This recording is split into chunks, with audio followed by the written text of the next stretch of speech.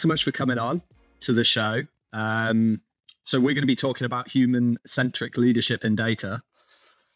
So all good stuff. Why don't we start with maybe if you want to give a little bit of a intro on yourself, how you've got to where you are today, and maybe we can go into how you've come to be passionate about this topic.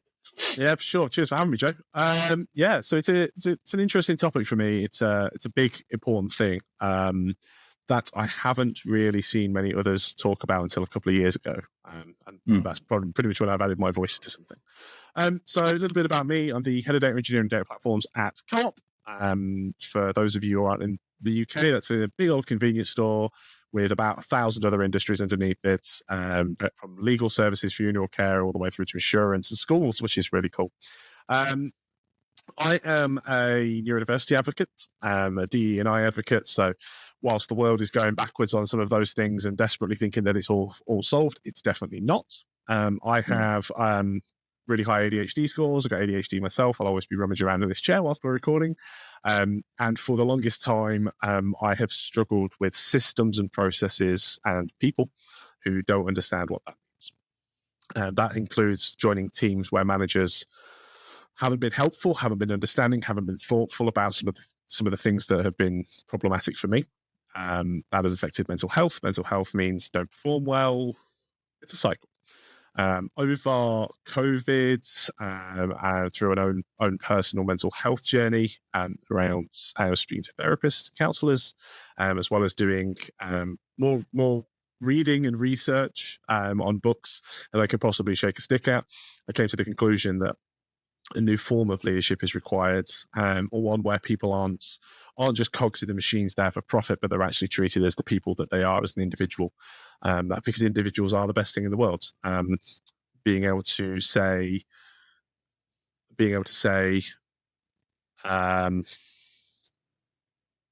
hard conversations, hard comments with no judgment in the background, being able to have good conversations and feel safe in the office or safe at work or remotely is now becoming a more and more pressing thing, as we've seen over COVID, over the Great Resignation, as the media dubbed it, anti-work movements, and quite frankly, the attitude that people and organizations need to do better for the individual as opposed to doing their normal thing that they've been doing for years. So I've started spinning this up probably last year in a big way. I've always been very outspoken about treating people right. I don't get it right all the time, but I do try and get it right as much of the time as I can. I span this up. I've got a few blog posts. I've got a few comments. I speak publicly about it, in the idea of inspiring new leaders to be focused on their people, not necessarily just the profits of the world. Yeah, nice. And so interesting. So was there like a particular experience or even leader that sort of, led you to be thinking like this? Or was it more like an accumulation of different things? It's a couple of them. There's a leader who really focused on me as an individual, but then there's the leaders I've experienced over my career who've been less focused on that and more focused on, well, it's about the people in the process. Well, it's not. It's about the individuals, and I've always felt quite isolated as a person with an attitude towards people. And you hear it an awful lot where it's like, oh, I want to work with people. I do want to work with people. But I've always felt that there's a lot of people above me who don't necessarily care for that. I worked with a fellow over 2021 who was my CTO, I think his title was, a fellow called Tony, who gave a damn about his team on an individual basis. He was really inspirational. He really stepped up during what was mad time for all of us 4 or 5 years ago, and really showed me how much he cared. I was going through some stuff in the background, and he'd check in with me every week. How's things? Everything okay? What do you need? And that quick check-in was just like holy crap, there are other people out there who do care about their people a lot. From that, I've moved on to various other businesses, and now Co-op kind of thing, and I've taken that mantra of checking in with my people and making sure they're okay and actually accepting that they have lives outside of their 37 and a half hours a week that we're supposed to have. Checking in with them and saying, look, this is important. This is more important than you realize, and making sure the next generation, or those who are in my reporting line and those by the side of, can ask those questions safely, can ask those questions and be interested and ask those questions and help solve problems. So there's been some great leaders. There's been some not so great leaders who've caused the problems, who I think I decry on LinkedIn every single time I see it. But I think it is a funny one. It has been a difficult one, but it's been good to go on the journey more than anything. Yeah, well, interesting that you're sort of talking about a positive experience leading you to this, because I was kind of half expecting it to be like maybe a bit of a horror story, and like that's what I don't want to be. That has sort of led you down. And I think we share Brits were prone to being a bit miserable and negative about things, but actually, like like Tony was the guy who started it off. Where I sat there and went, "Holy crap! There are leaders out there who can do this." There are negative experiences. People who phone you at 8:00 on a Friday night. This thing's broken. I don't care that you're out with your family. You get this kind of stuff. People who don't care that you need special accommodations for disability or neurodivergence. Like that happens. That really, really does happen, and it's brutal and cold and horrible and isolating. Like these things happen, but actually focusing on the negative only means that you'll focus on the negative and spread the negative, as opposed to having those positive experiences with a good manager. There's the meme that people don't leave bad businesses, they leave bad managers is actually really true, because people stick around. You can have an awful business, like that's just carnage, but you can have a really good boss and go, I can stick with him, because you see it time and time again where teams, the head of or the lead leaves, and then the team just falls apart. And it was the manager holding things together. It was the leader holding things together. It was an individual holding that stuff together. So I think it's better to focus on the positives rather than the negatives in a big way. Yeah, totally. And probably the reverse is true. I think you can have like a good business that's like performing, and even like the structures around the leadership might be good, but there might be a negative leader there, and sort of like the opposite force. I mean, a lot of this stuff resonates with me, sort of coming from my industry in recruitment and sort of sales. Like I think there is a lot of like traditional. Yeah, the old stereotype, banging on the table, like, where's my sales, And like, the reality is probably not as extreme as that in many cases. But I mean, I've sat in a room before where the leader said, nobody's been sacked for a while. Who do we think should go? So that's probably you mate, like you just leave your people, leave notice on the desk. I'll have your job. 10 out of 10. Like that's absolutely. Yeah, and it is crazy, and it's those kind of people that there is a traditional mindset. There's nothing wrong with the traditional mindset of certain things, hierarchical mindset. People grew up in certain ways, and like it takes them a while to adapt. What we're asking them to do is adapt. It's not just continue to go down the same line. It's when you see the stereotype of it being the stereotypical white guy making the decision, right, everyone back to the office for 5 days. Come on, it's really good fun. Is it? Because we have to tell you drive your nice air-conditioned like Land Rover that costs £300,000. Like we don't have the same commute. We don't have the same setups. We don't have the same ability, the same privilege to be able to do these kind of things. Whereas actually the individual matters. So those kind of people they need to adapt, and people are. And I think if you go and look at the media at the minute, they're currently decrying Gen Z as lazy and entitled, which I'm fairly certain as a millennial is my title from 15 years ago. And I'm very it's been given to somebody else, because now it's someone else's problem. But actually, like, it's more and more prevalent that these kids, for lack of a better phrase, because I'm mid-30s now and I feel like an old man. There's a lot of people out there now who get it in here, where mental health and physical health is way more important than any role, way more important than any leader who's banging on the table or closing the door and going, so we got to talk, and like having that weird power play, because it's still very much a common trope that people get in the workplace. This power-hungry maniacs at the top, but there's more and more of us who are now stepping into big leadership roles, senior leadership roles, and going, the line in the sand is drawn, and we will not be doing that anymore. And if people sit there around them and say, well, no, possibly, it's just like, okay, so let's see how long you last with me. Because that's what it now needs to be. It's now about focused entirely on people as opposed to process and profits. Yeah, interesting. And so you said, like, when you first sort of started looking into this and speaking about this a couple of years back, it like was quite new. But do you feel like things are shifting in the workplace towards what you're talking about? I think, yeah, there's two sides of it. I think it is. I think people are more open with who they are now. I think business went through this bring your whole self to work kind of weirdness over the past 10 years. And I think that's been great. But it was always very bring your whole self to work. Oh, but not that bit. That bit's a bit controversial. Could you maybe just tile that down a bit, or could you be a bit more sensible in the office, or could you just pay more attention whilst you're here? You told me to bring my whole self, so I am. I think there's a generation who've kind of gone through that and kind of been like, well, if I'm bringing my whole self to work, that means I'm bringing my whole self to work, and you're going to full ADHD, or no, I can't not use my wheelchair, or no, I can't, like, because I've had a friend turn around and tell me that they've been told they have to use their walking frame rather than their wheelchair in the office. Wow. Yeah, it was an awful conversation. I was just like, have you stapled your boss to the wall yet with that one? It's very illegal to say, like, but it's a common thing. I think there's a generation now of leaders who are stepping up and saying, look, bring your whole self to work. And phrases like, and one that I use is, I don't give a crap how or where you work, as long as you get your job done. Get your job done in 10 hours. More props to you. Like, if you get your job done in 40 hours, more props to you. Like, it's what it is. It's about focusing on those people who are smart enough to know how they already work. I think it's bringing a much more individual but collective individualism towards a workplace where we know we're all individuals. We know it's not a family, because families are crazy sometimes, but we know we're going to bring our individual strengths to things. And a good leader, and there's a lot of them out there now, are starting to say, your strengths are the things that I miss, and they're starting to step up. And I think there's a lot of good stuff.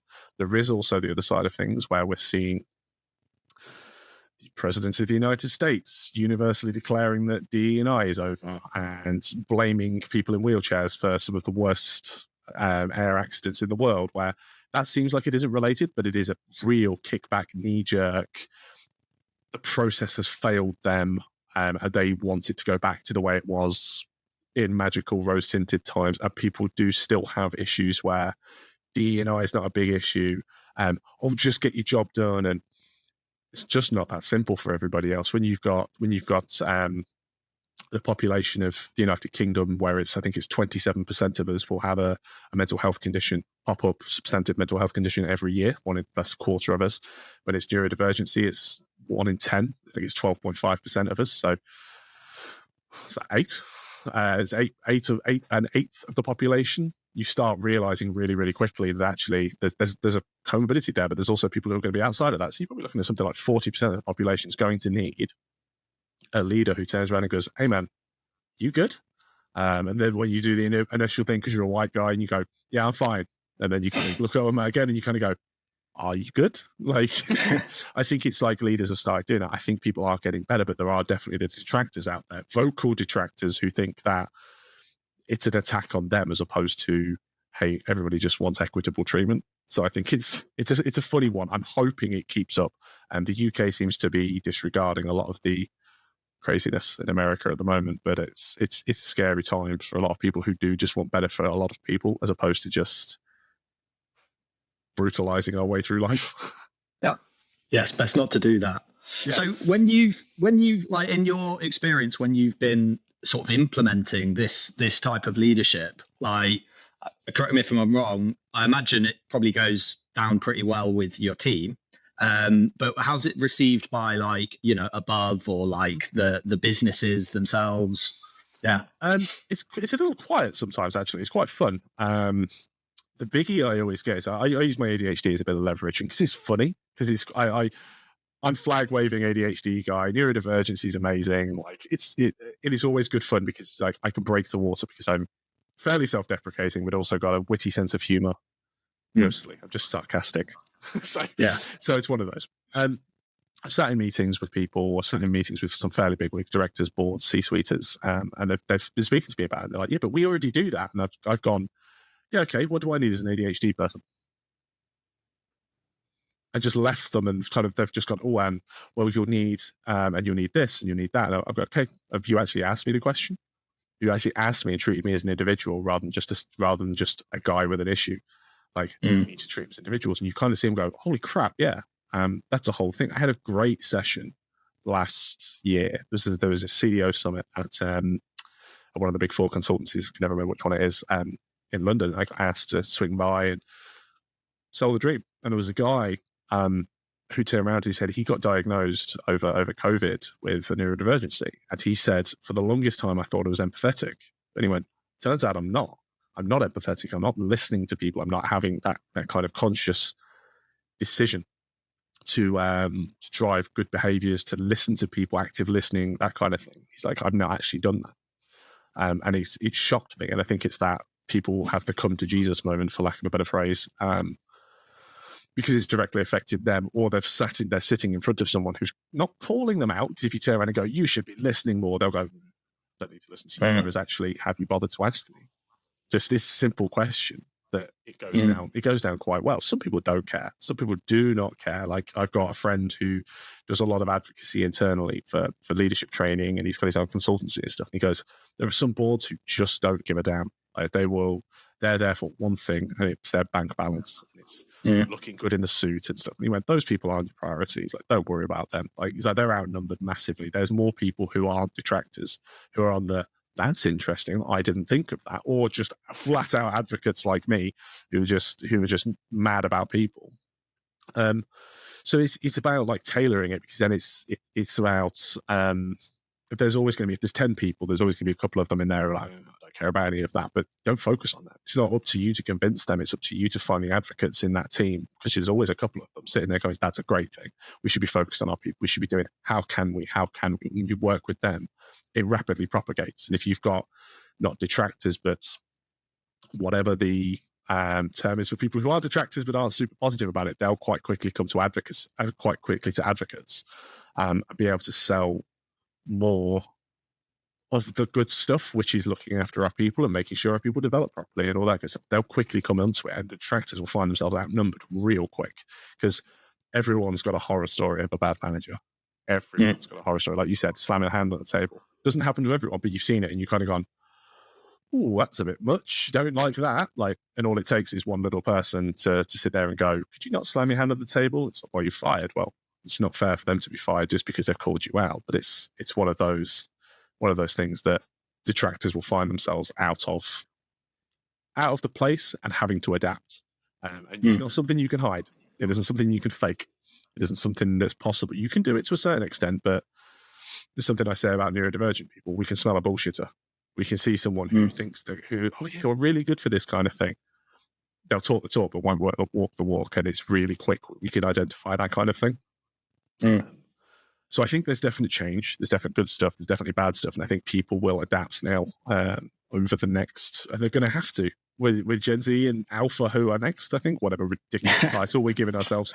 And I don't like sitting there and saying it's all boomers' fault. So it's not. It's like all of us have got our own thing. Every single person's got their own individual story, and now we're focused on the individuals as opposed to I just need a business analyst, I just need a data engineer or an architect or whatever. Now I want to talk to an architect. Yeah, you got the skills. Talk to me about you. Like, for an interview with me, I'll talk to you for half an hour about you as a person. Like, tell me what makes you tick, how things work, how do you approach a problem? Like, talk to me about my stuff. Like, oh, you got that? That's cool. That's a kick-ass way of doing it. Like, that's whatever it happens to be. Like, it's more about the individual, because then the individual buys into this kind of stuff, and the individual will continue to stick around because that's the right thing to do. So that's interesting. Yeah, a bit of a segue into what I do there, I suppose. So you'll be very aware. Oftentimes, you get a job description, and it's basically just a list of technology, isn't it? Yeah. So the people side, use Python and R and Rust, and good luck with it. Exactly. Yeah, to do this BA job. Yeah. So. But the people side, like that can be harder to assess. And I guess, with your focus on people over technology, like that filters into how you recruit. So how do you do it? How do you assess the person as well as the tech and the skills? Carl's got a process for it. We've just changed some of it actually, to make sure it's more inclusive, which is awesome. Carl's got a process for it. I'm recruiting at the moment, so that's always good fun. No, you can't sell to me. So not the format. Yeah, exactly, right. But it's so the big thing that I do is I have 2 sessions with them, and my lead engineers are just like, they are phenomenal techies, and they tell me, I said, we need to find good people for it. We've hired a lot over the past year, and we've found some really good ones. So what we do is you have a conversation with me. If you can get on with Nik, you'll get on with anyone. Like I don't think I'm difficult to get on with. I know I'm a handful, but I don't think I'm difficult to get on with. And so one of the things is I literally ask a plethora of questions to people, and I say, look, it's a chat, it's a conversation. If you've got questions, you sit there and I say something weird, just go, what does that mean? What is that? Where's that? Like whatever it means to them. And I try and find the best people. I speak to so many good people from every possible background. I've got one guy who's got a combination in his history that's just absolutely bonkers to think of, and he was a lad who we ended up talking about Fourier synthesis in an interview, and watched 2 of my seniors look at each other and go, God's name is that, and Googled it afterwards and like, why do you 2 know this? And it's like, because we're nerds, man. That's what we do. Nice. So it's one of those things where I talk to people very kind of open and honestly. Look, here's the process. Here's how we do these things. We're going to ask a few technical questions. Have the questions up front so you can have a think about them. We're going to ask you about co-op. We're going to ask you about the behaviors that we expect from you. Then we're going to have a conversation. We'll do this separate. We'll do the conversation with Nik beforehand and a technical thing afterwards, because blending the 2 together isn't for everyone. That context switch can be whiplash. You're like, if they need making sure they're okay. And it's like, would you like to proceed? Do you want a 5-minute break? Get a can of Coke, quick cup of coffee? Do you want something like that? Yeah, that's great, because it lets you have a separation. When I came into co-op, one of the first things I said was like, I've got ADHD. So, and Claire, the last who interviewed you, and hang on a second, what does that mean? What do you need from me? I've never been asked it before. I'm like, I just need you to understand that occasionally I'll be doing this, but I will be paying attention, and I'll be sitting there playing with books and being like fiddling with things now, like to keep myself entertained. But it's very much about that. And I had the same thing when I went to the office as well. Like Andrew, the fellow who interviewed me at the time, was just like, right, you've done your big technical bit. He's like, do you want a break? Do you want a break? I'm like, I'd love 10 minutes, just get it through, look out the window for 10 minutes, and let my brain decompress a little bit so I can switch back to context. Yeah, that was all they did. I made sure I had that time, and he just wandered back to see me. He's like, you ready? I'm like, yeah, grand, cool, let's go, kind of thing. It's that breathing space to be doing things, but the conversationality of it, it's not grilling. Like, I'm not there to be grilled. No one's there to say, tell me how you know Data Vault. Yes. Talk to me about Data Vault. Talk to me about Data Vault. What do you know about it? How do you know about it? What's its pros, its cons? Talk to me. Like, just tell me things. Tell me things that comes off your brain. If it comes out like ChatGPT and you're able to say the word Z and anything, I know you're lying, but it's one of those things.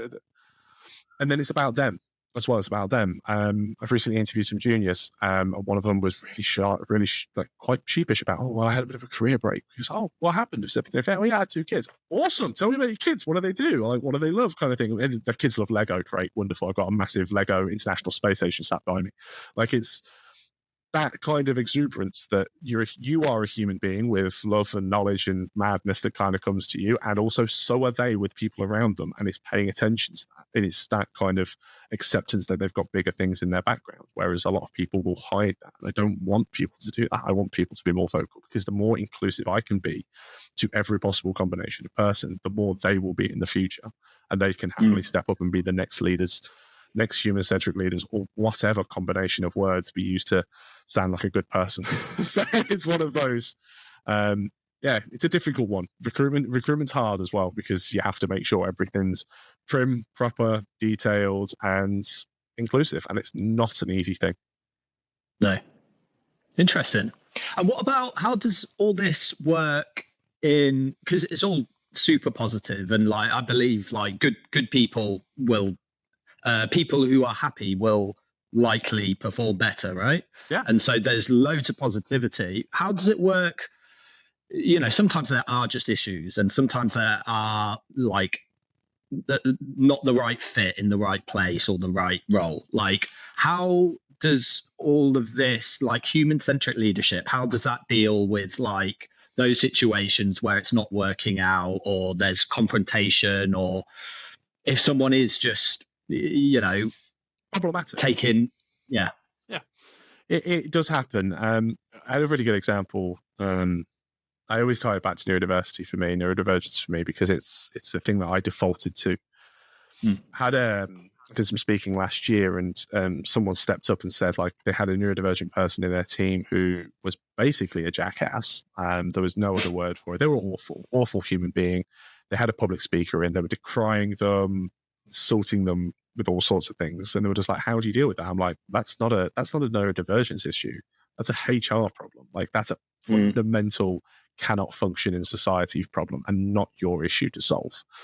When it comes down to like breaching the big social contracts aspects of this, like racially motivated, or bullying or anything like that, not acceptable under any circumstances. Like, it doesn't matter if I'm a human-centric leadership. Like, bullies piss me off to no end. And if I find them in an organization, I root them out generally and make sure they understand it. When it comes to managing people, if you've got people who aren't performing, a lot of people sit there and go, "Oh, well, we've got a performance process for that." It's never set up for people. We've got a friend who's recently had to let a couple of neurodivergent guys go because the process said to, as opposed to, he fought their corner. He fought their corner the whole way. And he spoke to me about it a lot, and he was really upset about it, because the business just didn't care. It didn't care that they needed accommodations for this, and also wouldn't give them accommodations. So it was infuriating. But it's about making sure people have got all the right accommodations. But then it's about having that conversation with people. People are terrified to have their boss turn around and say, "You sure this is the right place for you?" Because they think they're getting fired. If I'm lucky the engineers I've got, I don't have this problem, but I have had it a couple of times before where I've said very openly, I'm saying, like, "What do you want to do with your career?" I want to be a data scientist. Okay, cool. Do you think that's the best for you because maths isn't your strong point? Or is it, I'm really determined? Okay, how can we support you through that? Because we can support you into that guidance, or we can support you through that as much as we can. But ultimately, it comes down to aptitude. It comes down to what you want to do. And you probably can do that. Like, as a guy with no university degree and whose GCSEs spell fudge egg, like, so be it. Like, it's a good thing to have those aspirations. But there comes a point where it's not a people issue. It's a fundamental people issue. They're a problem. They're a nasty piece of work. It's a bad hire, that kind of thing. The process works for that, because being different doesn't mean you get an excuse to be a jackass. Like, you can be different and be a jackass. That's me. Like, I'm not a jackass because I'm neurodivergent. Like, it's one of those. So it is one of those things that kind of comes there. And then it's just about being honest and open with those people. Like, if you're going through that process, I don't think it's right for you. What do you think is right for you? Well, I really want to do this. Okay. But the writing's on the wall, mate. Like, if the conversation is, we're not performing, you're not performing, there's issues with quality of work, we've tried absolutely everything, is it the right career for you? I want to be an astronaut. I would kill to go to space. I am a 6'4", rather overweight gentleman. Not going to happen. Like, so I have to kind of say what that is. But it is the same kind of attitude that we have to take to people. I mean, we do have to have hard conversations with people on the lines of, "I don't think you're suited for that yet. We will do everything in our power to do so and get you to that position. But there may come a point where you have to admit that it can't happen. I'm not going to run a marathon anytime soon. I'd love to. I'm going to. But it's about focusing on people's priorities and focusing on the realism of a situation, as opposed to probably the utopic attitude that we are given as individuals through school, and reinforced through university, which is anyone can do anything within reason. Like, and that sounds horribly exclusive, but it's true. Like, Yeah. And I hate saying it, but like, it's about the realism, the pragmatism for the situation. Like, there's not a lot you can do more. Fish can't climb a tree, right? I'd like to see that. Like, I guarantee AI could give us that image. But yeah, it is very much the case. And I hate it because there are certain things in there, but I do think we are deluded to ourselves and hold ourselves to such a high account that I could be anything I want to be. I guarantee you can't be a gas giant. And that's me. Like, it's very much that's the reality, sad reality of the world, of practical, pragmatic and realistic attitude towards things as a leader.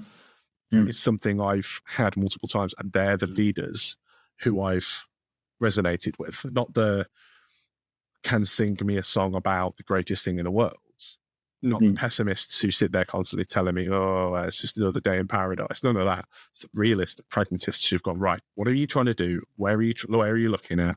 What's the next steps? Like those people to bring a logical, rational, very unemotional attachment to it. So it gives you that kind of area to grow. Like they're the ones who I've admired over my career. And it might be different for other people, but it's as leaders, that's what we have to do. We have to have a pragmatic and realistic attitude towards this, especially with humans, because we're all a bit weird, we're all a bit wonky. That's the best bit about us. Yeah, sure. Because like when I don't think I'd come across the term before we started talking of human-centric leadership, even maybe psychological safety. But like on first glance, you could look at it as like being nice. Do you know what I mean? Like, but I suppose it doesn't necessarily mean that anything is any less accountable or that it's necessarily more lenient. No, it doesn't. It doesn't. The term, I kind of hijacked the term a little bit. Over COVID, I started getting certified as a counsellor because therapy is awesome and love the notion of it. Want to do it in the future because I think it's the best thing in the world. There's a focus on it called people-centric therapy and counselling. It's very much an approach to sitting down with an individual, being your whole self during that, giving them unconditional regards, making sure people are safe. And the entire time, I went through my own struggles over COVID. I'd lost my brother just before COVID. I went through counselling, thought it was the best thing in the world. This is much better. But it's one of those things that I sat there and went, holy crap, this approach works so well to interpersonal relationships for just about everything. And I'm not talking like the weird faux therapy speak you do hear some people saying. It's not a case of that. I'm still the same human being who's talking to Joe right now. Like this is just the way I talk to people. It's very probably a bit more swearing when I'm not on a podcast. A lot more swearing when I'm on a podcast. I've seen. Yeah. Well, the guys last Thursday definitely encountered my swearing in a big way, so my bad. So it's one of those things. Whereas people-centric is very, very about sitting down with the individual, helping them figure themselves out, unconditional regard for them, congruence to yourself, who you are, how you feel about a situation. Because one of the big things is very much like you're going to encounter employees who are having the worst day of their life, whether they've been fired, something massive has happened in their past. A divorce has happened, something awful has happened to their child. You are going to have to respond in a way that is, how you feel about that as well. I've had to work with people who've had the worst day of their lives. I've had to speak to people who have pretty much got the phone call, you need to come home, something's happened to Jimmy. And I'm just like, about it, right, go home. Like you're no use to me, let alone to yourself. No use to yourself, let alone to me. Please go home and get yourself sorted. Like, don't worry about any of this. It doesn't matter. Not emergency services. Don't worry about it. So it's one of those. It's that unconditional regard for people. That how I feel about the situation means that I can work with them when they've come back to work a few weeks later and they've gone through it and everything like that. I'm listening to you. It's active listening. I'm paying attention to you. It's the whole approach to it. I mean, this kind of stuff was built into in a very high level into the Agile framework as well. I'm a cultist for Agile. I think it works really, really well. Psychological safety is in there. If you haven't got a safe team, like they'll never want to make risks. They'll never want to change beyond just doing tickets. So the psychological safety comes into having a leader who can have these really hard conversations and come away not upsetting people, not giving people bad attitudes, but like really pushing hard to do the right thing. And you also, when it comes to the individual, one of the ones I always say is about being able to show who you are. I don't drink anymore like I used to drink like an absolute fish. Don't drink anymore. And people find out and they're like, holy crap, like that's mad. Like 5.5 years. Like, and people sit there and they're like, oh wow, like if you're open with it, ADHD, mental health issues, people feel more safe because they know you've been through it. And you find really, really quickly that people will start feeling safe with you, but also folks are going to come to you with their own pasts. Maybe they were knocked out as a kid, awful things happen, schoolyard bullying. That stuff sticks with you. That stuff sticks with you for your entire life, like that kind of thing. And you don't recognize it in people. You don't recognize it in people because you're too busy and you're too thinking about it. Whereas with people, that psychological safety means You don't raise your voice in certain areas. You moderate how you behave. You have to make sure that people do feel safe for this. I have a great deal of banter with my team, genuinely have great deals of banter with my team. I think I'm one of the few leaders who's still not massively unafraid of doing that. But it never strives into places where it's just like horrendous. It's more like they'll take the mickey out of me for 20 minutes late to a meeting and be like, sorry. And we'll be always late. You've got a nice watch on, and I'll have a bit of a giggle with each other. They're safe to do that because that's the modicum of being a good boss. Like, you're supposed to be able to take these things on the chin and have a good laugh with it. But there's also people who are going to know if I start talking about complex post-traumatic stress disorder or ADHD or mental health issues, anxiety, whatever it happens to be. And I can sit there and go, yeah, that resonates with me. I've got another leader who's my peer who's similar. We speak up about these things and we're honest about them. So people go, holy crap, I'm safe. I'm safe here. And it's not a big deal. It's not a massive deal. It's not a big deal. They don't have to worry about triggers or anything like that. And it becomes a psychologically safe environment where people can have honest conversations, hard, honest conversations, and not come away feeling like they're being judged or that their job's going to be disappearing anytime soon. Or because that's the biggie. That's the biggie where, hey, if you've got 5 minutes to talk from your boss's boss or your boss kind of thing, it's just like, what have I done? What have I done? Yeah. And you get it, and it's like, oh, I just wanted to talk to you about that thing we delivered a couple of weeks ago. Tell me that on Teams, man. It's just say that, like how easy it is to actually just accept that people have got bits that it's okay for you to say. It's okay for a director or a head of to sit there and go, I need 5 minutes of your time because they're busy. But it's not. We've got 5 minutes of your time. Just want to talk about this. That's it. It's silly things like that help people feel more safe at work. Interesting. And you mentioned, like you said, everyone's got horror stories, right? So I imagine somebody maybe coming from one of those horror stories into joining your team, like, it must be like, wow, like this is amazing. So like, what experiences have you seen like that? Or like, you know, what's it done for productivity and things like that? The situations I get, I think a lot of people will end up talking to my lead engineers more than me. I try not to be super duper or uber duper friendly because it gets a bit weird really quickly. Especially quite intense. Like 40 people having my intensity around them is hard. So for me, I've had a couple of people in the past where I've sat in interviews with them. They're like, I just want to work with you, man. I want to work with someone who's not a complete lunatic. Good luck. I have my own weirdness in my own way.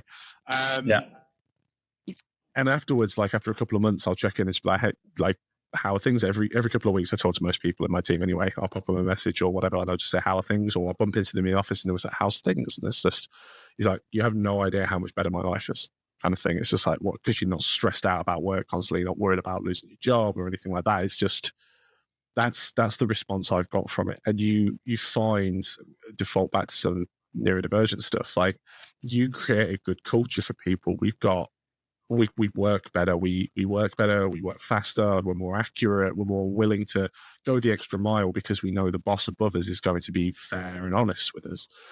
I've worked some long hours before, like up until like 11 o'clock at night on a Friday because my brain just couldn't get a thing out. Messaged my boss and he's got back to me and said, like, look, here's the deal.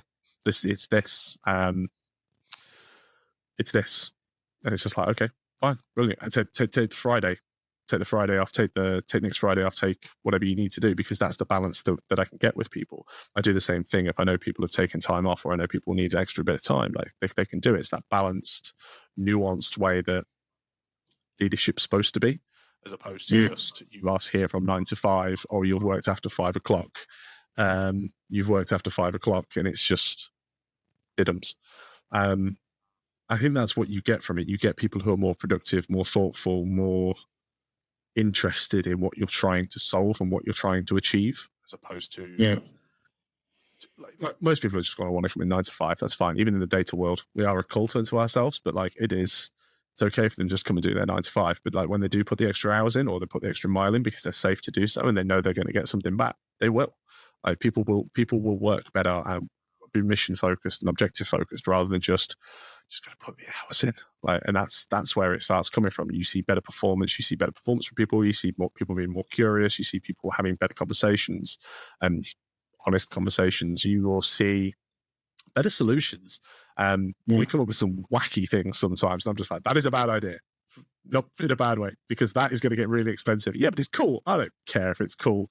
It's a cool in 24 months when agentic AI is not as expensive as it is. Like, whatever it happens to be. Like, so it's one of those that you can have those kind of chats. You can have those conversations. The productivity goes up in a team for that, especially data teams. Data teams are hard work to encourage good people into, and we come with our own set of complex needs, whether that's technology through to attitudes towards things.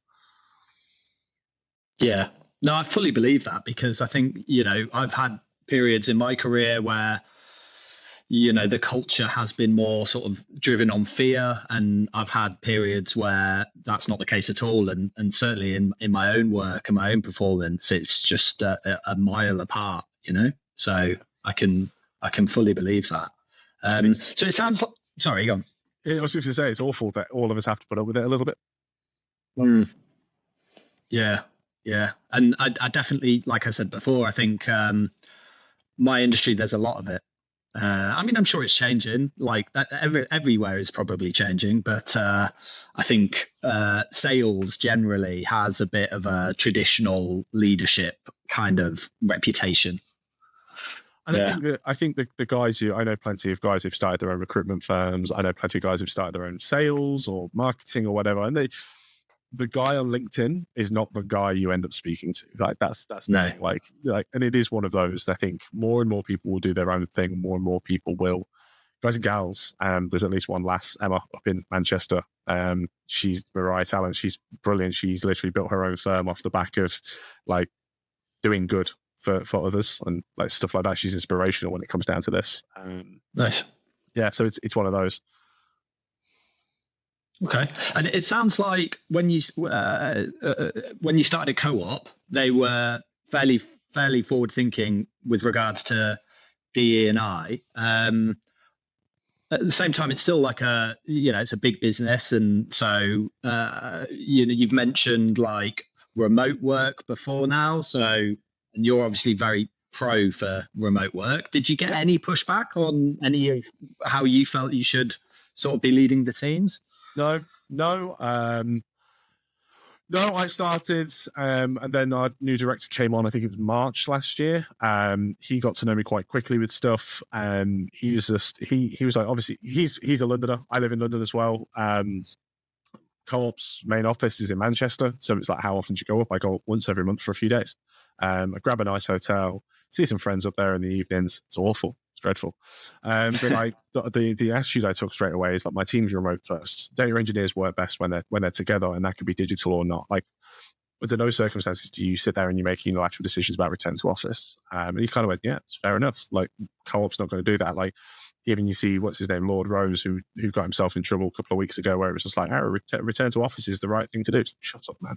Like, even Co-op ourselves turn around and publicly stated flexible work is here to stay. It is the future of work, because we've all got laptops. We all can dot around. We can go to the coffee shop. I can take my dog to the coffee shop on a Wednesday, get my head down. He can sit next to me and doze in the sun, kind of thing. It sounds ridiculous, but it's a good thing to be able to do. I can get little jobs done around the house. I get jobs done for life, because then I'll work these weird hours that allow me to do that. I've never got any pushback for it. I know a lot of organizations are, for various traditional reasons / real estate prices / stealth layoffs, that are quite frankly indicative of cowardly leadership. And I'm always quite keen to call these people out whenever I can. But it's definitely one of those huge issues that doesn't actually get done at Co-op. Co-op's still got places like where we can do better. I know that. And I'm part of a group internally represent, and I'm part of the wider tech team to be able to promote DE. I come from the place of neurodivergency. We've got people on there who come from I have no idea what the actual term is now. It used to be BAME, and I'm not sure what the actual term is for it anymore. BIPOC is American, so I try not to use it. But it's like they come from an area where it's just like each of us has an attitude towards things that is our own personal advocacy. So it's that advocacy that we can do, and we challenge things, and we make sure internal processes are better. We make sure things are written down or accessible, or even challenging the status quo to turn around and say, that's just really bad for this particular reason. Can we stop using it? Yes, absolutely. Done and dusted. So there's that kind of stuff that's actually in there. So that's generally what it is. I think there's a lot of organizations that want to do more, and employees are the people who, like, you go on LinkedIn, it's always culture comes from the top. Culture does not come from the top. Culture comes from the bottom up. Like, it is generated by the people who are doing the grafts. Like, there's a reason armed forces units end up having cultures internally in very small troops and squads and platoons and stuff like that, is because they are working together so closely. It's not the top dog, it's not the general sitting there giving, this is how we're going to work together, boys. No, it's a very specific culture. It's also very specific to how small teams work. There's a culture around those things that propagates very, very quickly. It can be tailored by senior management, but ultimately it's not about senior leaders turning around and giving that. It's that cultural idiom that can allow for growth and change. Remote work is here to stay. Flexible working is here to stay. As long as the work gets done, where do you care where it gets done? That's the attitude. And the big thing for big one I always leave with a lot of leaders. I've got into quite heated arguments in person about it, and I've just gone, what are you scared of? What are you worried about? Is it your job you're worried about? Because if it's you're worried about not being able to do your job with this, then A, you can learn real quick, or B, you can become irrelevant.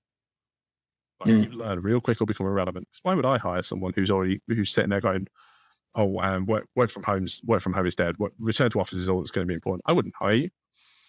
Yeah. Because you wouldn't bring you denigrate against the culture of the teams that I'm trying to build. Like, I would hire people who look at flexibility and realize that everybody's an individual, and we each have our own individuality to that comprises up into a culture that works really well. I don't know what else people expect from it, but Co-op's great for it. We know there's always improvements to be made. Co-op's really good for it. I think a lot of other firms are better for it. I think the big firms have got a lot to learn, but they'll get there. And I have faith with the amount of people who speak up about issues and call people out and generally cause mayhem with myself. I do believe we will change that for the future, and I think it will be good. Yeah, well, as a recruiter, obviously it's changed a lot, hasn't it? And like, yeah, if I'm going to market with a job and it's like 4 days in the office a week, like your pool of candidates is immediately so much narrower. It's so much more difficult. So I fully agree, it's changing. Yeah, it is, and I think it's down to just pure flexibility. Like, I haven't been to the office in February because I've had stuff going on, getting various bits of DIY done at home and like getting tradies in and things like that. That's life. Whereas March, I'm up twice for a few days, 2 weeks. That's life. It's not about a mandated thing. It's about where I can be at a certain period of time. Otherwise, it doesn't work. It just won't work. And my team know where I am. They know what hours I work. They know my team's little green dot is always off. I switch that off straight away, and I've just like, look, pop me a message. As soon as I see it, I'll get back to you. I'll make some time for you. Like, that's what it's about. That's how flexible working works. It's not necessarily an asynchronous thing, but it's I will make time for people. So, yeah. I think what's really interesting about the whole thing, not specifically flexible working, but the human-centric leadership and psychological safety and all of that, is like, it's part of like being a good person, right? Which everybody should want to be. Yeah. But also I think it's like good business, because like what we were talking about is like, you're going to get happy staff, and that's going to lead to sort of performance and improvements and innovation and, you know, all of that good stuff, really. It will, and it really does. It drives the good stuff in there, and I think it's something I've said for a long time. I love people, but I hate what society can do to them sometimes. And business and organization is no different from that. You can have the best human being in the world, and if they're working for the wrong organization, the organization's culture will rub off on them and make them positively awful to be around.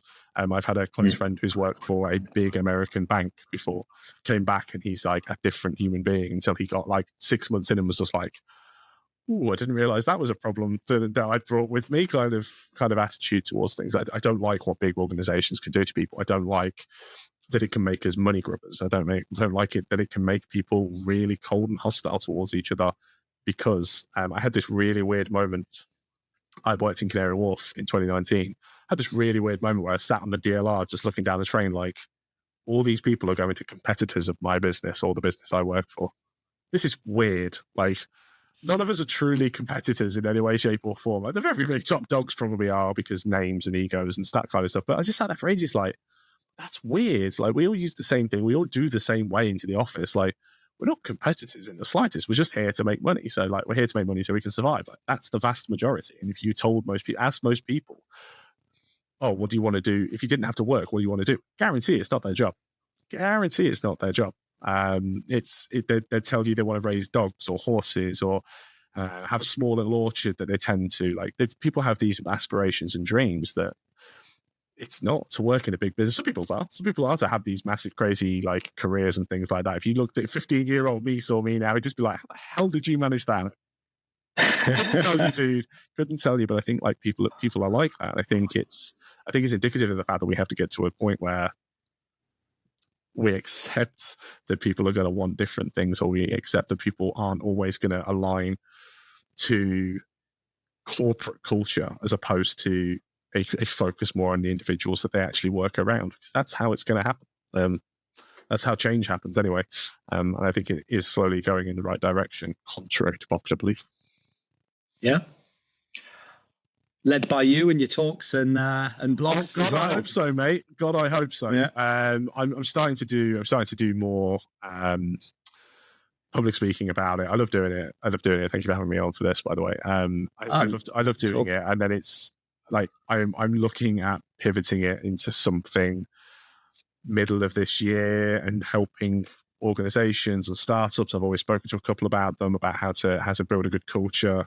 I'm looking forward to doing more of that kind of like advisory, how to be a good person. We're taught to that, but like, how do you actually put that into place as an application rather than just a boisterous statement of intent on LinkedIn? How do you actually do that? And like, that's what I'm like. I'm always going to be a data guy. I'm probably going to be a cult for quite a while, but it's like that advisory, you guys are the next generation. Go forth and be awesome, as I say to my team an awful lot. Nice. That's what I want from people, and that's what I want more and more to do. Because if I can inspire 1 out of 1,000 people, that's one more person who's going to go on and on and on. And it's exponential at that point.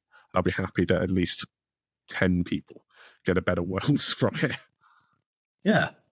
Well, I look forward to seeing it. Yeah, Nick, it's all super interesting. I'm genuinely interested in this subject matter. So. Yeah, I'll continue following. Yeah, do it. Yeah, for sure. Thanks so much. Much appreciated, dude.